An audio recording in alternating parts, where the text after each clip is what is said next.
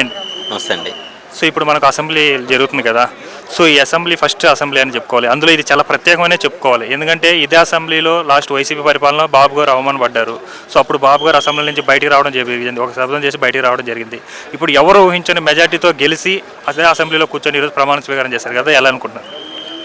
Assembly చరిత్రలో ఈరోజు ఇలా మనం వస్తుంటే చూస్తుంటే గౌరవ సభకి స్వాగతం అలాగని చెప్పారు. అది కౌరవ సభ, ఇది గౌరవ సభ, అంతే తేడా. అయితే మీరు చట్టాలు చేయంట్రా బాబు అలాగని ఉద్దేశంతో ఎమ్మెల్యేలను ఎన్నుకొని ఇక్కడ చేస్తే రా బయటికి తేల్చుకుందాం అలాగని ఉద్దేశంతో మాట్లాడుతున్నారు. అది ఎంతవరకు సమంజసం? అలాగే పవన్ కళ్యాణ్ని అసెంబ్లీ గేట్ కూడా తాటక్కనివ్వను అన్నటువంటి అందరూ కూడా అసెంబ్లీ గేట్ తాకకుండా చేశారు. అంటే ప్రజలు చదువుకున్న వాళ్ళు, విజ్ఞులు, వీళ్ళందరూ కూడా వేసేటటువంటి ఓట్లని గంటన్నర 2 గంటల పాటు లైన్లో నిల్చొని కూడా ఓట్లు వేశారంటే దాని అర్థం ఈ కౌరవ సభకి ప్రాతినిధ్యం వహించే వాళ్ళందరినీ కూడా పారద్రోలాలనే ఉద్దేశంతో చేశారు.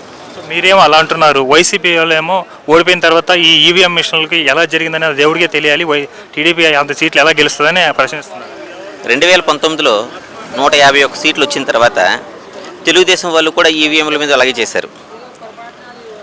నేను ఈ మధ్యకాలంలో జీవీఎల్ నరసింహారావు గారు రాసినటువంటి ఒక పుస్తకం చదివాను. దాంట్లో చాలా జాగ్రత్తగా చాలా చక్కగా విశ్లేషణ చేశారు. మనం ఈవీఎం మిషన్లో బటన్ నొక్కిన వెంటనే వీవీప్యాట్ స్లిప్ ఒకటి వస్తుంది. ఆ స్లిప్ని చూస్తే మనం ఎవరికి నొక్కామో ఆ స్లిప్ వస్తే అక్కడే మనకు ఇప్పుడు ఉదాహరణకి నేను జనసేనకి వేసాను అనుకోండి, గాజు గ్లాస్ సింబల్ రాకుండా ఇంకో సింబల్ వచ్చింది అనుకోండి, అక్కడే నేను పోలింగ్ స్టేషన్లో అబ్జెక్షన్ చేస్తాను. అట్లా అబ్జెక్షన్ చేయకుండా బయటకు వచ్చాము అంటే అది సరిగ్గా ఉండాలనే ఉద్దేశంతో నేను ఎవరికైతే వేయాలనుకున్నా వాళ్ళకి ఓటు పడిందనే ఉద్దేశంతో నేను యాక్సెప్ట్ చేసుకొని నేను బయటకు వచ్చాను.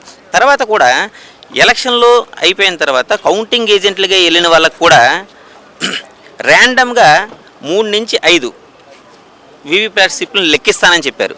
అవి కూడా లెక్కించిన తర్వాత తేడాలు రాలేదు. ఇట్లా తేడాలు రాలేనప్పుడు అంటే చాలామంది ఒక పాత సామెత, మూటి సామెత ఒకటి ఉంది, ఏదో మంగళవారం అన్నాడట. వీళ్ళు గెలవలేక ఆ మంగళవారం చెప్తున్నారు తప్ప ఇదేమీ కాదు.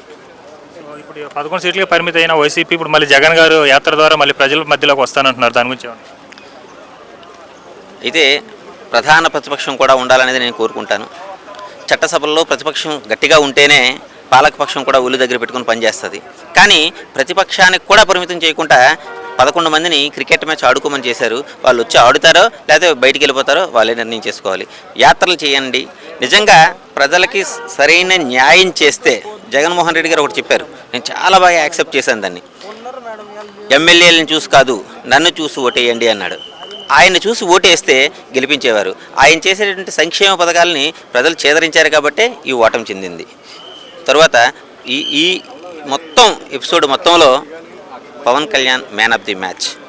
ఎందుకంటే పవన్ కళ్యాణ్ ఒకటే చెప్పాడు, వ్యతిరేక ఓటును చేయలనివ్వను అన్నాడు. అలాగే 100% స్ట్రైక్ రేటుతో గెలిచారు. అసలు వైసీపీ వాళ్ళు పవన్ కళ్యాణ్ మీద బాబు గారు సపోర్ట్ చేసినప్పుడు లేనిపోని కామెంట్లను చేశారు, ఎక్కువ పర్సనల్గా వెళ్ళిపోయారు. అలాగే ప్యాకేజ్ తీసుకొని బాబు గారు సపోర్ట్ చేశానన్నారు. సో ఇప్పుడు 21 గెలిచి అసెంబ్లీలో వర్మ చెప్పినట్టు, సో వర్మ గారు చెప్పినట్టు గేట్లు తన్నుకొని వెళ్ళి కూర్చున్నాడు. సో దాని గురించి అంటే 21 అంటే ప్రజల పట్ల లాస్ట్ టైం 2 చోట్ల పోటీ చేస్తే ఒక చోట కూడా గెలవలేదన్నారు. కానీ ఈసారి పోటీ చేసిన 21 చోట్ల కూడా గెలిపించారంటే ఆయన మీద ఉన్న నమ్మకం అంతే.